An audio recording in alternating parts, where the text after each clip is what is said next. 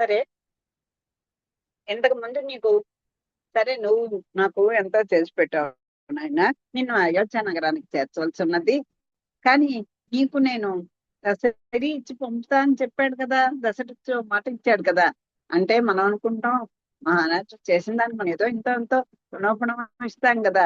అలాంటి విశ్వామిత్రుడు ఈయనకి ఎన్నో కనుకలిచ్చి పంపుతాడు అని మామూలుగా మన ఆలోచన. సిరి అంటే సంపద అని లక్ష్మీదేవి అని కూడా ఉంది కదా.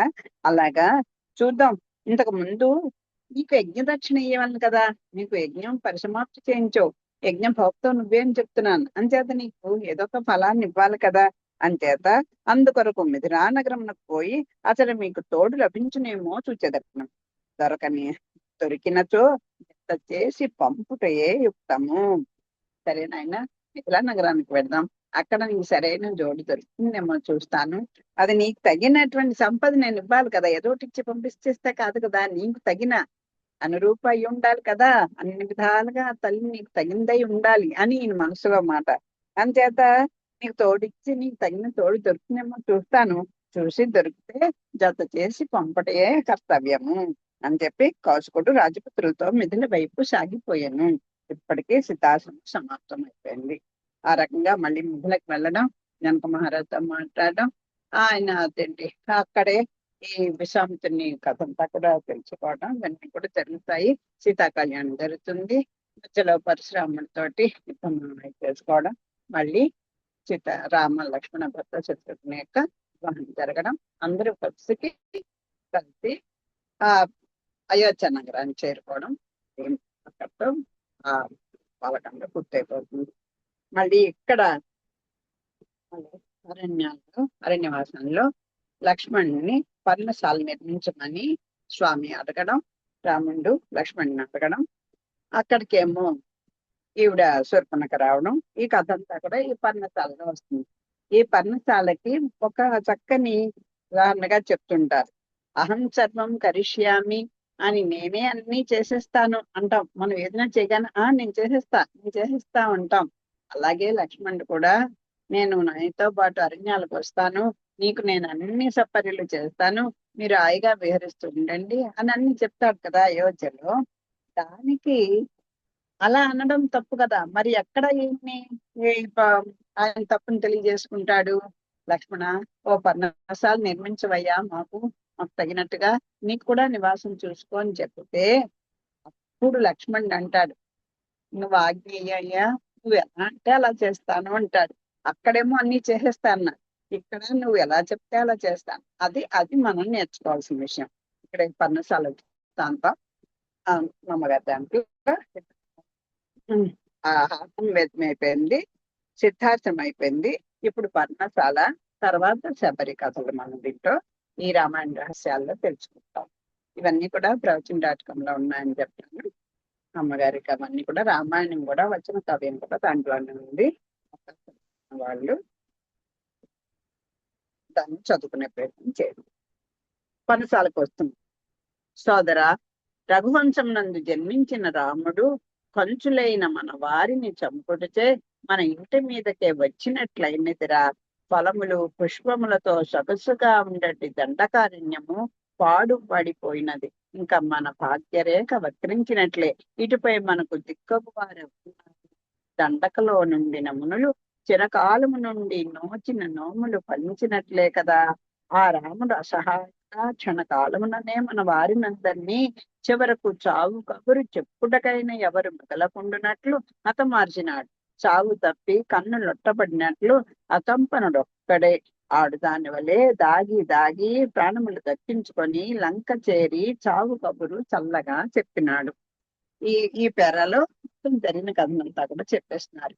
అరణ్యవాసంలో ఈ ఋషులందరూ కూడా దండకారణ్యంలో స్వామి అక్కడ పెంచేసి ఉన్నప్పుడు అప్పుడు ముందందరూ కూడా వచ్చి దేహ శరీరానం అంటారు. అయినా మా శరీరాలు చూడు చిక్కి శల్యమైపోయాము, ఈ దండకారణ్యంలో ఉన్నటువంటి వీళ్ళు మమ్మల్ని హింసిస్తున్నారు, మాకు తపస్సు చేసుకోకుండా చేస్తున్నారు అనేసరికల్లా సీతమ్మ వారిస్తున్నా కూడా వినకుండా వారికి ఇచ్చినటువంటి మాట నిలబెట్టుకోవడం కోసం అని ఆ రాక్షసులు ఏం చేశారయ్యా, ఎందుకు నువ్వు వాళ్ళ మీద దండకు పెడుతున్నావు, వాళ్ళని దండించడానికి పెడుతున్నావు, వాళ్ళ వృత్తే అది కదా, నువ్వు అలా చేయటం ఎందుకు, నిన్నేమన్నా బాధ పెట్టారా, నీకేమన్నా అడ్డొచ్చారా, నిన్ను పాపం చెప్తుంది.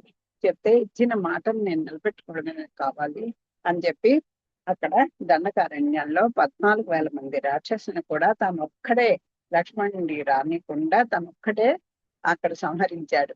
అప్పుడు అకంపనుడు ఎలాగో అలాగా తప్పించుకొని దాక్కొని మొత్తం అంతా కూడా దండకారణ్యం అంతా కూడా శూన్యమైపోయింది. ఒకటి హతమార్చాడు అని చెప్పేస్తాడు. అకంపనుడు వచ్చి ఈ కబురు నెమ్మదిగా చెప్తాడు రావణాసుడికి. అప్పుడు అమ్మో ఇంకేముంది, ఈ ముందులందరూ కూడా ఇంకా ఇంకా ఇంకా వాళ్ళదే రాజ్యం అయిపోతుంది అని, ఇంకా మన బతుకు అయిపోయినట్టే, మన భాగ్యరేఖ అంతా కూడా తొలగిపోయినట్టే అని అనుకుంటారు.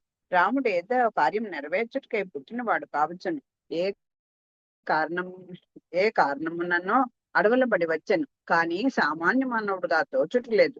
సుందరమును సుకుమారమును అయిన నీలి కలువ వలె కనిపించువాడు దండకలోనున్న మన వారిని అందరినీ తానే సంహరించను కదా. నార చీరలు ధరించి దుంపలు కాయలు వేళ్ళు తిని బతుకుచు గౌతమి నదీ తీరమున ఎత్తైన తిప్పపై ఒక పర్ణశాల కట్టుకుని ఉన్నాడు. జల్ల కట్టిన జుట్టుతో చూచుటకు ఒక మౌని వలె కనిపించువానికి మన ఖరాదులైన రాక్షసులను హతమార్చుట సాధ్యమా?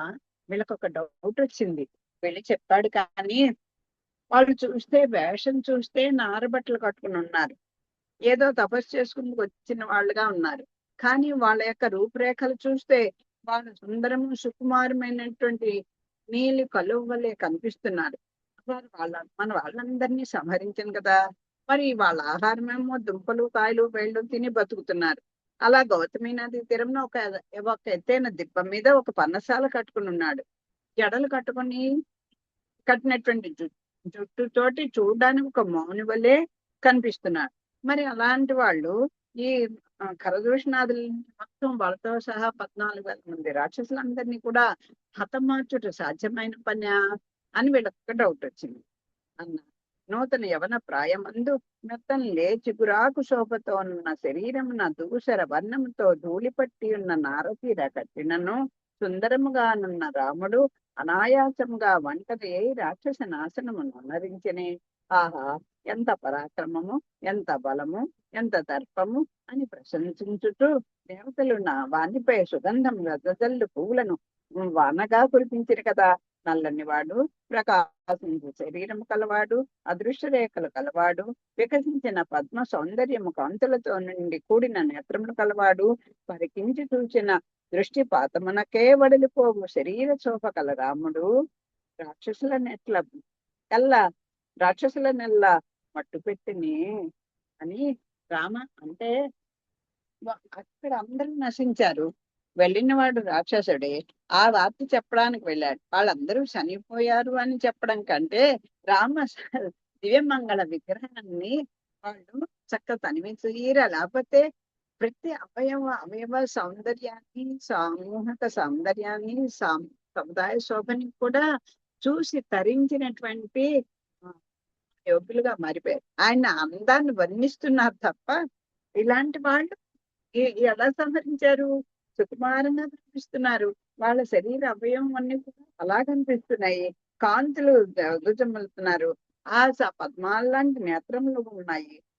అసలు ఒకసారి ఇలా చూస్తే పద్మం ముట్టుకుంటే చూడండి, పద్మం ముట్టుకోకుండానే వడిపోయేట్టుగా ఉంటుంది, ఒక్క చిన్న నీరెండ తగిన.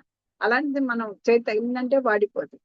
అలాగా అసలు చూస్తేనే వాడిపోయేట్టుగా ఉన్నారు వాళ్ళు, అంత సౌందర్యం ఉన్నది. ఇంకా అలా నేత్రములు కూడా అలాగే ఉన్నాయి. వారి శరీరపు శోభ చూస్తే చిక్కిపోతుంది. అలాంటి వాళ్ళు ఇంతమంది రాక్షసుని ఎలాగా మట్టు పెట్టారు? ఆ సుందరుడు సుందర నేత్రములు కలవాడురా, చిరునవ్వుళ్ళు రాక్షసులుగా పోయివాడురా, కనుకనే ఒక్క వీక్షణ మాత్రం నా మనసు కలవరి పెట్టినాడు, వీణుల విందకునట్లు మధురముగా పలికినాడురా. నేను ధరించిన సుందర రూపమున వాడు భ్రమించినట్లు ఎరపెట్టిదని, వాడు ఎదిరించరాని భుజ పరాక్రము కల వీరుడు, వాడు స్త్రీల మనసులను మోహింపచేయవాడు, వాని శరీర శోభ చూపుచుటకు అమృతపానము చేయటే, అది ఏమి మాయయో పద్మము, వానిపై నాకు కలిగిన ప్రణయముతో మనసు పొంగిపోయాను కదా అని శూర్పణఖ మారువేషం చాలా ఆశగా వెళ్ళింది అక్కడికి. ఇక ఖరదూషణాదులు చనిపోయిన తర్వాత అవన్నీ చూసి బాధపడి మొరపెట్టుకొని రావణాసుడితో చెప్పడానికి పెడుతుంది. వెళ్ళి ఈ స్వామి యొక్క శరీర సౌందర్యాన్ని, సీతాదేవి యొక్క సౌందర్యాన్ని, లక్ష్మణుడి యొక్క సౌందర్యాన్ని చూసి ఆ రామ యొక్క సౌందర్యాన్ని ఆ అన్నగారితోటి రావణాసుడితోటి చెప్తోంది శూర్పణఖ. ఈ మాటలన్నీ ఆవిడ చెప్తున్నవి. ఏమనంటుంది, ఆ సుందర నేత్రాలు కలిగాను, ఆ చిరునవ్వు చూస్తే అసలు ఒక రాశి నవ్వు అంతా ఒక చోట రాశి పుస్తే ఎలా ఉందో అలా ఉంది. ఒక్కసారి అలా చూసామంటే, రామ అంటే అందరినీ రమింప చేసేవాడు కదా, అలాగ మోహింప చేసేవాడు. అలా నన్ను ఒకసారి చూసానో లేదో నా మనసు ఇంకా ఎటుపోయిందో తెలియదురా. ఆ మధురంగా ఎంత చక్కగా మాట్లాడాడో చెప్పలేను. ఆ మాటలే నా చెవుల్లో గిరిగిరిమంటున్నాయి. నేను ధరించిన సుందర రూపము భ్రమించినట్లు నేను ఎంతో పెద్ద దేవకన్యలాగా వెళ్ళిపోయాను. నా రూపం చూసి ఆయన నాకు వశమైపోతాడు అనుకున్నాను. కానీ ఆయన చూసి నేను వశమైపోయా తప్ప నాకు ఆయన వశం కాలేదు. ఇంకా వాని శరీర చూపు శోభ చూచుట అమృతపానము చేయటే. అమృతం ఆయన ఒక్కసారి చూస్తే చాలు, ఇంకా అంతే, మన జన్మకి ఇంకా అంతేం అక్కర్లేదు అన్నట్టు చెప్పేస్తాను. అది ఏమి మాయయో మర్మమో వానిపైన కలిగిన ప్రణయముతో మనసు పొంగిపోయింది కదా. అదిగో పారేసుకున్నాను. ఆయన అంతమంది రాక్షసుని సంహరించాడు. మాట, కోపం, బాధ అన్నీ మర్చిపోయింది. లక్ష్మణుడు ముక్తివులు కూడా కోసేశాడు. అయినా కూడా ఆ రక్త ప్రవాహాలు కారుతున్నా కూడా ఆ రామ సౌందర్యాన్నే వర్ణిస్తోంది. అంటే దుష్టులకు కూడా అలా మైమరిపించేటువంటి దివ్య మంగళ విగ్రహ శోభ కలవాడు స్వామి. ఆ పురుష శ్రేష్ఠుడు ఎవడో కాని కోటి మన్మథులైనను వాని కాలి కోటితో సమానులు కాలేరు. అసలు మన్మథ బాణాలు తగిలేసరికి మర్చిపోతారు. అన్న కోటి మన్మథులు వచ్చినా సరే ఈయన దగ్గర దిగదొట్టిపోయి వాని సౌందర్యము, సౌందర్య దేవతనే నిజించగలది. ఆయన శౌర్యం, ఆ అసలు శౌర్యం రాసి పోసినట్టుందయ్యా. నేను ఎంత చెప్తారా దేవకన్యని, ఇంక అసలు అందరిలో ఇంకా నాకు మించిన లేనట్టుగా నేను తయారై వెళ్ళాను. కానీ ఆయన నేను దర్శనం చేసుకోలేదు. వాని పరాక్రమం నరులు ఎవరి ఎందు కానరాంది. ఇంత మందిని చూశాను కానీ ఇలాంటి వాడిని చూడలేదు అంటాను సరే. అలా అయింది నా మనసు. దానవ నివాస ప్రాంతములలో మనుషులు వచ్చి నివసించుటకు ఎన్ని గుండెలుంటవలను. అమ్మో, దట్టమైనటువంటి దండకారణ్యం. ఇలాంటి దాంట్లో సామాన్యం మానవులు వచ్చి ముని వేషాలు ధరించి, నారబట్టలు ధరించి, ఏదో తపస్సు వచ్చిన వాళ్ళగా వచ్చి ఉండాలంటే ఎంత ధైర్యం ఉండాలి. అట్టి చోట ఆ రాముడు నివసించుట ఎంత చోద్యము, ఏం ధైర్యం. ఇలాంటి అడవిలోకి వాళ్ళు ప్రవేశించి కాలు పెట్టడానికి ఎన్ని గుండెలు, ఎంత ఆశ్చర్యం. అన్నా వాని తమ్ముడు లక్ష్మణుడు నన్ను నల్లరి పెట్టుటకు హాస్యములాడ్చు పిలిచి నా ముక్కు చెగులు శాఖం వరకు తెగ కోసెను. చూచితేవా, అప్పుడు గుర్తొచ్చింది ఇవిడికి. రాముడిని వర్ణించి అందుకో ఆయన తమ్ముడు ఉన్నాడులే, ఆయన నాకు ఎన్ని పిచ్చి మాటలు మాట్లాడంటే అన్ని మాట్లాడాడు, నన్ను అల్లరి పెట్టేశాడు. నేనెందుకులే సేవ చేస్తూ నువ్వు దాసుడికి భార్య అయితే నువ్వు దాసురాలు అవుతావు. అలాంటి ఎంతో భోగభాగ్యాలు కలిగిన దాన్ని నువ్వు ఇలా దాసిగా ఉంటావా? మా రాముడిని పట్టుకుంటాడు కదా ఆయన. అలాంటివన్నీ నాకు అలా ఎంతో నన్ను అల్లరి పెట్టేశాడు. నన్ను అల్లరి పెట్టాడు. దగ్గర పిలిచి ముక్కు చెవులు సహం కోసి పంపించాడయ్యా. పుష్ప సౌరభోపేతమైన జనక రాజపుత్రి చూచుండగా నీ చెల్లెలకి ఈ పాటు కలిగింది. వాడు చూసారా, మొగుడు కొట్టినందుకు కాదండి, తోటికోడు నమ్మినందుకు, సవతి నమ్మినందుకు ఏదో సామెత చెప్తుండారు. నాకు ఇంత కష్టం నా బాధ లేదయ్యా. అదిగో చూసారా, ఆ సీతమ్మ తల్లి ఎదుర్కొన్న ఆయన భార్య ఎదుర్కొన్నా నాకు ఇంత పరాభవం జరిగింది అని చెప్పుకుంటుంది. అంతేత ఆయన చూస్తుండగా నీకు ఇదిగో నీ చెల్లెలకి ఈ పాట వచ్చిందయ్యా. అంతే ఆ రక్త సంబంధాన్ని గుర్తు చేస్తోంది. ఇదిగో నీ చెల్లెలకి ఇలాంటి పాటలు కలిగాయి. దీని రఘురాముడు గళ్ళు నవ్వుతూ చూస్తుండగా వాని బుగ్గలు సొట్టలు పడినాయి. చూడండి, ఆయన నవ్వేట, ఈయన ముక్కు చెవులకు వస్తే ఈవిడేమో బాధపడుతుంటే, ఆయనేమో అల్లరి పెడుతుంటే లక్ష్మణుడు రాముడు నవ్వేట. ఆ నవ్వినప్పుడు కూడానండి ఆ బుగ్గలు ఇలా సొట్టలు పడుతుంటే ఎంత అందంగా ఉంటారు చూడండి. అది కూడా ఆవిడ అంటే అణువు రామ సౌందర్యాన్ని అనుభవించినటువంటి భాగ్యశాలి ఆవిడ. అలాగా సోదరా, ఇది ఏదో పెద్ద మాయగా ఉంది. అసలు ఏమిటో అర్థం కావట్లేదురా. నాకు ఇదంతా ఏమిటో ఒక ఆ మాయలా ఉంది. వాని ఇంద్రజాలం రాక్షస మాయలు ఏ మాత్రము చల్లవు. అసలు రాక్షసులే కామత లేదు, కావాలంటే ఎలా కావాలంటే అన్ని రూపాలు ధరించగలరు, అన్ని రకరకాలైనటువంటి విచిత్ర యుద్ధాలు చేయగలరు, అన్ని చేయగలరు. కానీ మన రాక్షస మాయ ఏమీ కూడా ఆయన యందు చల్లవు.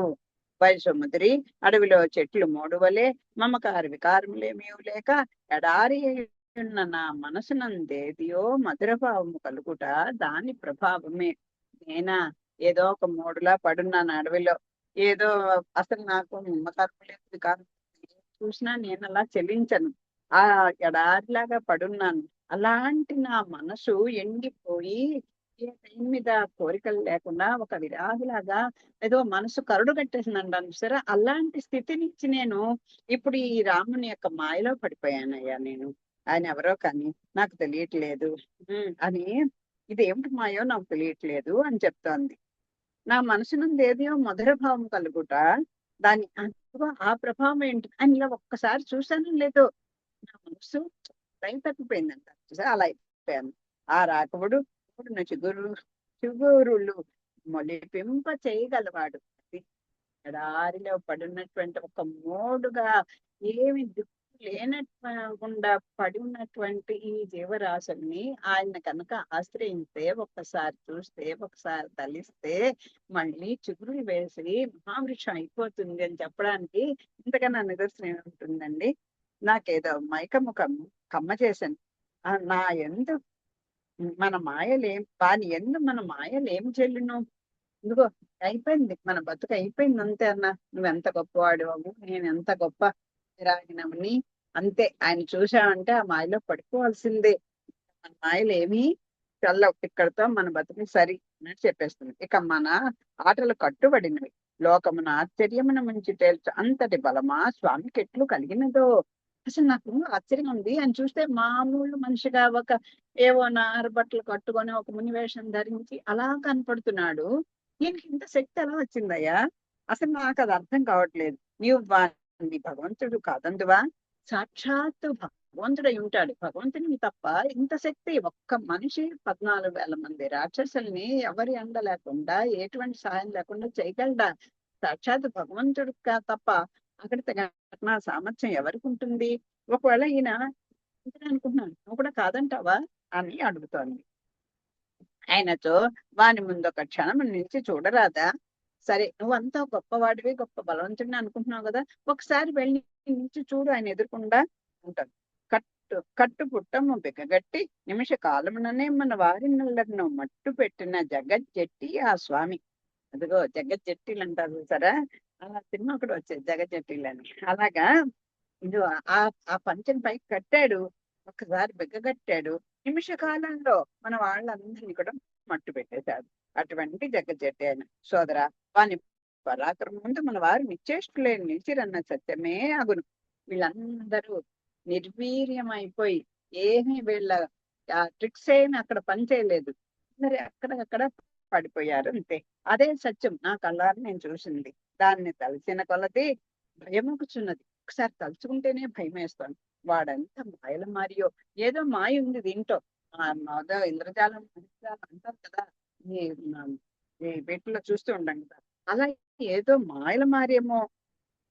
కాయ కసల్లో మెక్కు మానవుని చూచి మానవులను కడుపార మెక్కు దానవులు భయపడుట మాయకంచో మరేమందరు.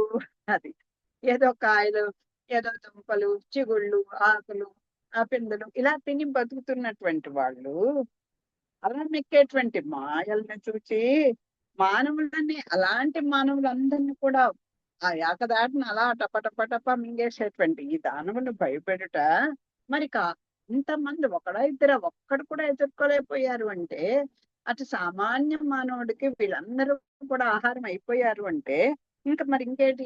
అందరినీ మనుషుల్ని చిటుకులో మింగేసేటువంటి దానవులు ఒక మామూలు మానవుడికి ఆహారం అయిపోవడం చూస్తుంటే, ఇది మరి మాయ కాక ఇంకేమనుకుంటాం? అదే దానవులు నశింపచేయని అవతరించి ఉండినేని ఎత్తైన పర్వతమే గోష్పాదమంత సముద్రం నా తేలియాడగలదు. ఇదిగో నీ ఉందే ఈ రాజ్యం అంతా కూడా ఈ ఎత్తైన పర్వతం ఉందే, ఇది ఆవు కాలి, గోష్పాదం అంటే ఆవు పాదం, అది ఎలా అయితే సముద్రంలో తేలియాడుతుంది, నిజంగా చెప్తున్నా. ఆయన ఒకళ్ళ ఇంకేమంటాం, వాడే దానవుల నాశనం. వచ్చిన వాడే అంతోడే కాకపోతే ఇలాంటి సంఘటన జరగదు. అంచేత ఇంకా మనకి ఈ దానములు నశింపితే అవతరించి ఉండు నేను. ఏదో ఈ దానం సృష్టిని శిక్షించడానికి వచ్చినటువంటి భగవంతుడైతే ఇంకా అయిపోయింది. మనం మన సముద్రంలో మన రాజ్యం అంతా కూడా అలా ఆవు పాదం తేలినట్టుగా తేలాల్సిందే. నీవు గాని నేను గాని వాని అవతార రహస్యం నెరగలేకున్నాము. ఆ సుందర రూపు ఎవడో గాని మట్టు లెరుగుటకు ఈ వైపు వచ్చి ఉండను. వాడెచ్చట నుండుట మనకు పక్కన బల్లెం ఉన్నట్టే. వాడు మన చెంత ఉండేనేని ప్రమాదము సిద్ధము. నీకు గాని నాకు గాని ఆ బ్రహ్మదేవుడు కూడా తెలియదండి అన్నాం సరే. ఎవ్వరము ఆయన యొక్క అవతార రహస్యం ఏంటో మనకు తెలీదు. దేవుడా మానవుడా ఏమీ తెలియట్లేదు. అంచేత మన మన గుట్టు తెలుసుకోవడానికి, మనం ఎక్కడున్నాం, ఎలాంటి వాళ్ళం, మన బలం ఏంటి, ఇవన్నీ తెలుసుకోవడానికి వచ్చిన వాళ్ళ నాకు అనిపిస్తోంది. అందుకే ఇటువైపు వచ్చి ఉంటాడు. ఇదిగో పక్కలో బల్లం పెట్టుకుని పడుకుంటే మనం అటు తిరుగుతున్నా మనకే పుచ్చుకుంటున్నాం. అలా అయిపోతుంది చూసుకో. వాడు మన చెంత ఉంటే ప్రమాదము సిద్ధము. సోదర, నన్ను ప్రేమతో చేరబిలిచి చెప్పలు దువ్వి ఎంత చేసెనో నా ముక్కు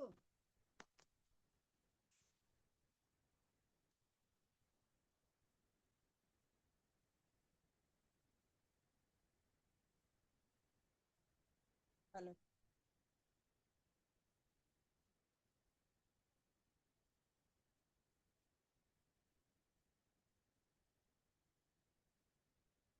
చెప్పండి సార్.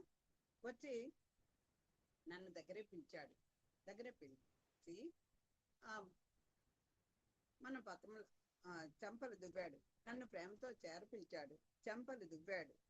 ఎంత చేసాను మా నా ముక్కు వినిపించట్లేదు. చెవులు. ఇదిగో ఇక్కడ వినిపించట్లేదు.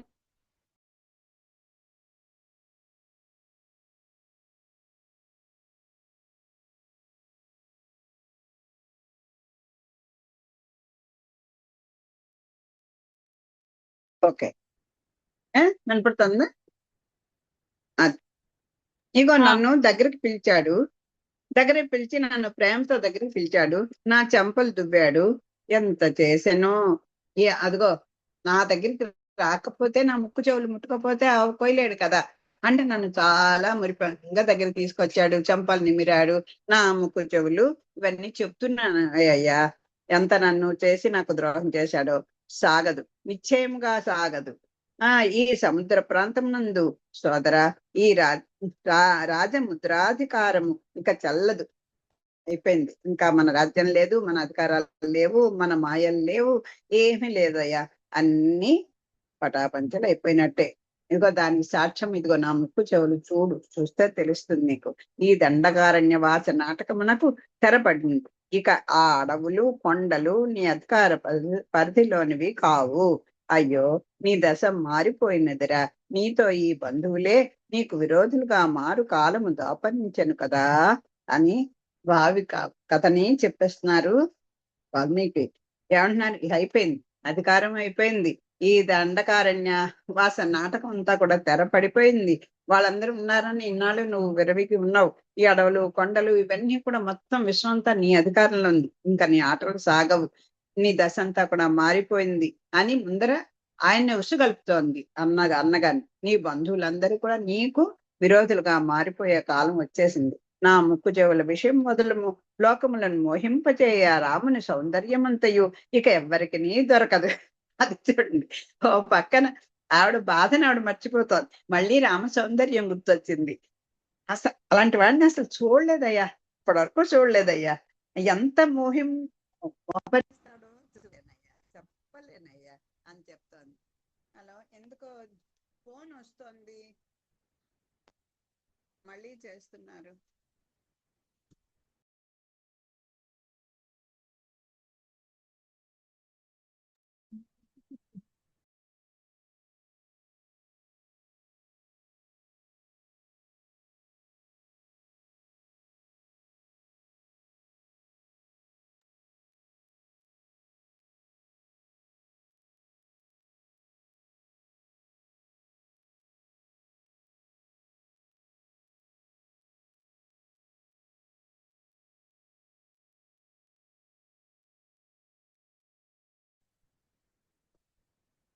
హలో. హలో.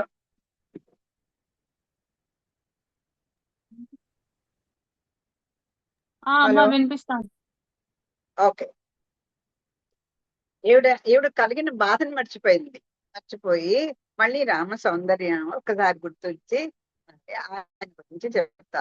నా ముక్కు చెవుల విషయం మొదలుము లోకములను మోహింపచేయ రాముని సౌందర్యమంతయు ఇక ఎవ్వరికి దొరకదు. అది ఆ సీతకే స్వంతం. ఆమెకే దాన్ని పొందు అదృష్టం. పరుగులు పెట్టి పరుల సొత్తు దొంగిలించుదమనిన అది చెప్పరాని అపకారము కలిగించును. ఒక చక్కని ఒక నీతిని కూడా బోధిస్తోంది ఈవిడ. ఈ ముందు చెయ్యబోయే కార్యానికి ఈవిడ చెప్తోంది. నువ్వు చూసుకో, అయిపోయింది, అదంతా ఆవిడ సొత్తు, అదేదో అపహరించి చేద్దామంటే కుదరదు అని చెప్తోంది. అలా చేసావా? పర్ల సొత్తుని కనుక దొంగిలించుదామనైనా అది చెప్పరా అని అపకారం కలిగించును. ఆ ఆశ వల్ల ఇక్కట్లు తప్పవు. ఇక దాన్ని ప్రాప్తించని నిధి వల్ని ఉపేక్షించుటే శ్రేయము. ఇదిగో నీకు ఒక నిధి ఉంది, కానీ అది నీది కాదు అని తెలిసినప్పుడు దానికి ఆశపడడం వృధా శ్రమ కదా.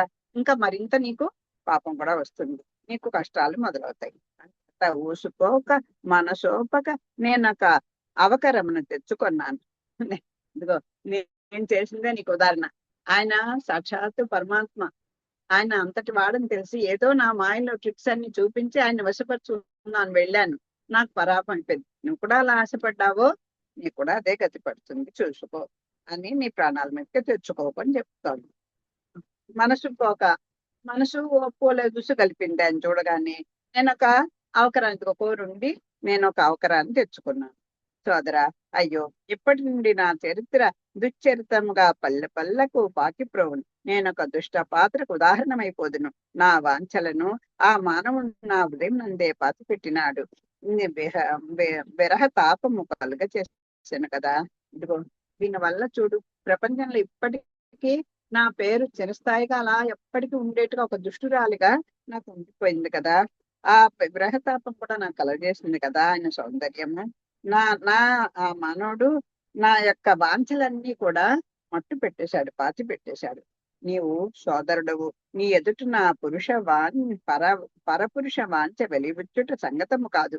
నేను ఆయన ఎందు ఎలా మనసు పారేసుకున్నానో అన్నగారైనా ఇలాంటి విషయాలు నీ దగ్గర చెప్పడానికి కొంచెం సిగ్గుగానే ఉంది, కానీ అది సంగతం కాదు. కానీ ఆయన సౌందర్యాన్ని ఆయనకి నేను ఎలా వశపడిపోతానో చెప్తున్నాను, అది అందుకు చెప్తున్నాను. ఆయనను యథార్థం చెప్తున్నాను. నేను నీ వలననే వైధవ్యం అందితిని. తన భర్తని ఆయన చంపేశాడు అంతే. ఇంకో నీ వల్లే నాకు ఈ వైధవ్యం వచ్చింది. వయసు దాటిపోయింది, ఒంటరి దాననై దండకార్యం పడి తిరుగుచుంటాను. అన్ని బంధములను వదిలి తిని ఇదిగో భర్త పోయాడు, ఎలా బతుకుదా దండకార్యంలో ప్రవేశించాను నీ ఆజ్ఞను బట్టి. ఏదో నా బతుకు నేను బతుకుతున్నాను, అన్ని బంధాలు వదిలిపెట్టాను. అట్టి నా ఎదుట వాడు కనిపించగానే మోహము కలిగింది. అది అక్కడ వయసు కాని ఏ స్థితి కాని ఏమీ తెలియదండి. ఆ రామచంద్రుని యొక్క సందర్శిస్తే ఆ మోహం ఆయనలో పడిపోతాం. కానీ ఆ రుచి తెలియాలి, ఆయన ఆశ్రయించాలి, ఆయన శరణాగతి చేయాలి, అప్పుడే ఆ రుచి మనకు తెలుస్తుంది. దానిని ఆపలేపనైతిని. ఆ మోహాన్ని నేను కంట్రోల్ చేసుకోలేకపోయాను. యవనమునను అందగా భర్తగా దొరుకునని ఆనందం కలిగినది. తగినను కాకపోయినను సోదరా, నా పాటు నీకు కాక వేరెవరికి చెప్పుకోగలరా? చేయకున్న పని కోరినటువంటి వాంఛల్ని కోరాను, కానీ నా స్థితిని, ఆయన గొప్పతనాన్ని, నా దుర్గుణాన్ని ఇప్పుడు మీ దగ్గరే వెళ్ళబెట్టుకోగలను, చెప్పుకోగలను. అంటే ఆయన ఎంతటా మోహింప చేస్తాడో ప్రజలని చెప్పాలి కదా. నీ అంతటి అంతరంగికులు నాకెవరురా? నాకు మనుషులతో మాట్లాడడానికి తోడబుట్టిన వాడివి కనుక నీ దగ్గర కాస్త ఎవరికి చెప్తాను. ఆ రాముని కొరకు ఎంతయో మనసు పడితేని, కానీ అది ఫలితం నాకు రాకపోయాను. వ్రతము చెట్టునే కానీ ఫలము దక్కలేదు. ఇదొక నీతి కూడా చెప్తుండారు కదా. అంగడి వీధులలో ప్రచారం మాత్రమైనది. నన్ను నేను ప్రపంచంలో పెట్టుకున్నా. నా అంతులేని ప్రణయానుబంధము చేయి దాటిపోయింది. పోనీ అన్న గుర్తుపెడితే కడుపు నిండిందా? అది లేదు. పక్కదారులు త్రొక్కిన ప్రణయముల ముగింపు ఉండును. ఇది ఒక గుణపాఠం ప్రజలకి. మనకు తగిందా కాదా, మనం కోరచ్చా కోరకూడదా, అది శ్రేయస్కరమా కాదరా, అవతల వాళ్ళు ఎలాంటి వాళ్ళు ఇవన్నీ కూడా తెలుసుకోవాలండి. ప్రేమ గుడ్డిదిలాగా వెళ్ళిపోతే ఇదిగో ఇలాగే ఉంటుంది. పక్కదారులు పట్టినటువంటి ప్రణయములు పెద్దవాళ్ళు చూసింది అరేంజ్డ్ మ్యారేజెస్ అంటే ఎంతో అంతా వాళ్ళ కుటుంబ చరిత్రని, వాళ్ళ యొక్క యోగ్యతల్ని, ఆ ఆ కయ్యమైనా బియ్యమైనా సరైనటువంటి అయి ఉండాలి అని చెప్పేది ఎందుకు చెప్తారు? అందరూ అలాంటి వాళ్ళని నేను అనుకుని, ఇదిగో పక్కదారులు పడితే ఇలాగే అవుతుంది. వారిని ఛీ అని విడిచుటే శ్రేష్టము సోదరా. నేను చేసిన పాపమేమో కానీ ఎన్ని చిక్కులు కలిగినవిరా. కోరుండి కోరుండి ఎన్ని చిక్కులు తెచ్చుకున్నాం. కొందరేమి సుకృతములు చేసిరో ఏ విఘ్నములు కలగక వారి ప్రణయానుబంధములు సాగును. ప్రాప్తమనగా ఇదే. ప్రాప్తం ఉండాలంటారు కదా, అది మనకి ప్రాప్తం అయితే భగవంతుని ప్రార్థించాలి. ఇది నాకు మంచిదైతే చేసి పెట్టవయ్యా అన్నాను తప్ప అదే కావాలి అని కోరుకోకూడదు. కోరుకోవడం కూడా మనకి తెలియదండి. అందుకే మనకి కోరికలు వద్దు అని చెప్పడం. అందుకే అంచేత అది లేని ప్రేమ వీధులు పాలైపోను. ఎంతయో పుణ్యము చేసి ఉండేననే ప్రేమించు భాగ్యము చేతికి దొరకును. అది చక్కని జోడి అయినా భగవత్ కృప అయినా అది ప్రాప్తం ఉంటేనే అది మంచిది అని పెద్దల ద్వారా తెలిసినప్పుడు దానికోసం మనం చేయవలసింది చెయ్యాలి. రఘురాముని లోకమంతయో ప్రేమించను. అందరి మాట ఏమో కానీ వాడు నాకు మాత్రం దొరకడాయన. అది దుష్టబుద్ధితో వెళ్తే ఏదో ట్రిక్స్ చేసుకుని వెళ్తే ఏదో ఆయన్ని పరీక్ష చేద్దాం పెడితే ఇదిగో ఇలాగే అవుతుందండి. భాగవతత్వం కానీ పెద్దల్ని కానీ భగవంతుని కానీ ఎప్పుడు టెస్ట్ పెట్టకూడదు. అది విశ్వాసం ఉంటే పెద్దల ద్వారా విని అది పొందడానికి ప్రయత్నం చేయాలి.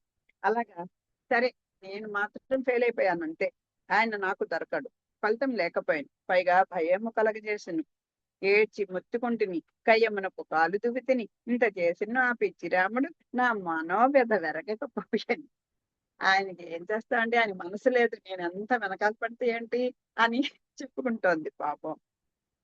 ఎంతో అన్ని నా పరాక్రమం చూపించాను. నా అందాన్ని, నా హొయలు సొగసులు అన్ని వెళ్ళబుచ్చాను. ఎన్నో చేశాను, కానీ ఏమీ లేదు. వాని సొగసు అందరికీ కావాల్సిందే, అది లభించడం మాత్రమెట్లో తెలియని దానినై తిని. అది భగవంతుని యొక్క, అలాగే పెద్దల యొక్క, భాగవతత్వముల యొక్క ప్రజ్ఞని తెలుసుకోవాలంటే అది మామూలు పని కాదు. అందుకే ఒక ఆచార్యుడి ద్వారా మనం పెడితే ఆ భగవంతుని యొక్క గొప్పతనం ఏంటో, ఏది మనకి ప్రాప్యమో వాళ్ళు చెప్తారు, ఏది మనం పొందగిందో తెలుస్తుంది. అలా వెళ్ళాలి అంటారు. అందుకే కొందరికి అందమే ఆపద తెచ్చిపెట్టును, సౌందర్యం ఉన్న మనసుకు స్వస్థత లోపించును. అందమే ఏదో ఏదో శాపమైంది అంటారు కదా, అదిగో అదే. ఆ అందం చూసి నేను లాపాను. అట్టి అందము వైర్లకైనాను వద్దు. భగవాన్ కూడా బాబు ఇలాంటి అందం వద్దు అని కోరుతోందిట. అయ్యా అంటే పడిపోతా అని. ఒక హద్దుని మించిన సొగసు తగదు. అది అది ఒక అపరాధమగును. దాన్ని ముచ్చట్లు కలగవలనని కోరిక జతపడినా కొని చూసి భగవంతుడితో ఎంత అందగా అనుకోవడం వేరు.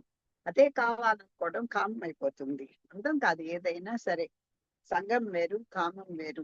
రావణాసుడు కామం అదే కదా, ఎలా అయినా సీతమ్మని దక్కించుకోవాలనుకోవడమే ఆయనకి చేటు కలిగింది. అది కలిగించు చేటు ఇంతే అని చెప్పలేమురా. అదిగో అది సోదరా, నేనెంత దుస్థితిని అందిస్తున్నావు చూచితివి కదా. అన్యుల అందమునకు ఆశపడి తెచ్చుకున్న చేటు ఇది. ఆయన సీతంతో కూడి ఉన్నాడని తెలుసు, ఆయన పెళ్లి అయిన వాడని తెలుసు, ఆయన తనకంటే గొప్పవాడని కూడా గ్రహిస్తోంది. అయినా కూడా తనది కాని దానికి ఆశపడితే ఇలాగే అవుతుందని తెలుసుకున్నది. ఇది ఈ దర్జకాంత చేసిన అపచారము కాదు సుమా. వాడు సామాన్య మానవుడు కాడు, తన మాయలతో మనసులను భ్రమింప చేయగలవాడు. ఇదిగో నా తప్పే అనుకుంటావేమో, పోనీ నువ్వు వెళ్ళి చూడు. ఎప్పుడైనా సరే ఆయన చూశామంటే ఆయన మాయలో పడిపోవాల్సిందే. వాడు వాడు మనవారు సంచరించే అడవి దారుల కాచి ఉన్నాడు. వాని తమ్ముడు సుమిత్రానందనుడైన లక్ష్మణుడు పగతో నా చెవులు తెగకోసాను. ఈయనేమో ఎవరున్నారు ఇంకా రాక్షసులు ఎక్కడున్నారని చెప్పి పాలించేస్తున్నాడు ఈయన. ఆయనేమో తమ్ముడు గారేమో నా ముక్కు చెవులు కోసేశారు. కానీ వానిపై నాకేమాత్రం క్రోధం కలగలేదు. ఎందుచేతనందువా ఆ రాఘవ స్వామి తన కంటి సంజ్ఞలతో మన్మథ బాణములు నాపై ప్రయోగించి చేసిన గాయమున రామ సోదరుడు నన్ను తాకి ఆ స్పర్శచే పెద్దగా కాపు పెట్టాను కదా. అది చూడండి, ఆవిడకి అంత బాధ కలిగితే రక్తం ధారలు కడుతుంటే ఆ వేడి వేడి ఆ రక్తపు ధారల వల్లట ఈవిడ కలిగినటువంటి తాపాన్ని ఉపశమించుకుంటుంట. అసలు ఆ వర్ణన చూడండి, ఆ ఆ కవి హృదయం చూడండి ఎంత చక్కగా చెప్పారు. ఉమ్, అంచేత ఆయనేమో చిన్న సాంగ్ చేస్తున్నాడు, ఈయనేమో నా మీద ముక్కు చెవులు కోసేశాడు. నేను ఆ రాముడి యొక్క చూపు నుంచి వెనక్కి తప్పించుకోలేకపోతున్నాను. నా తాపంతో రగిలిపోతుంది.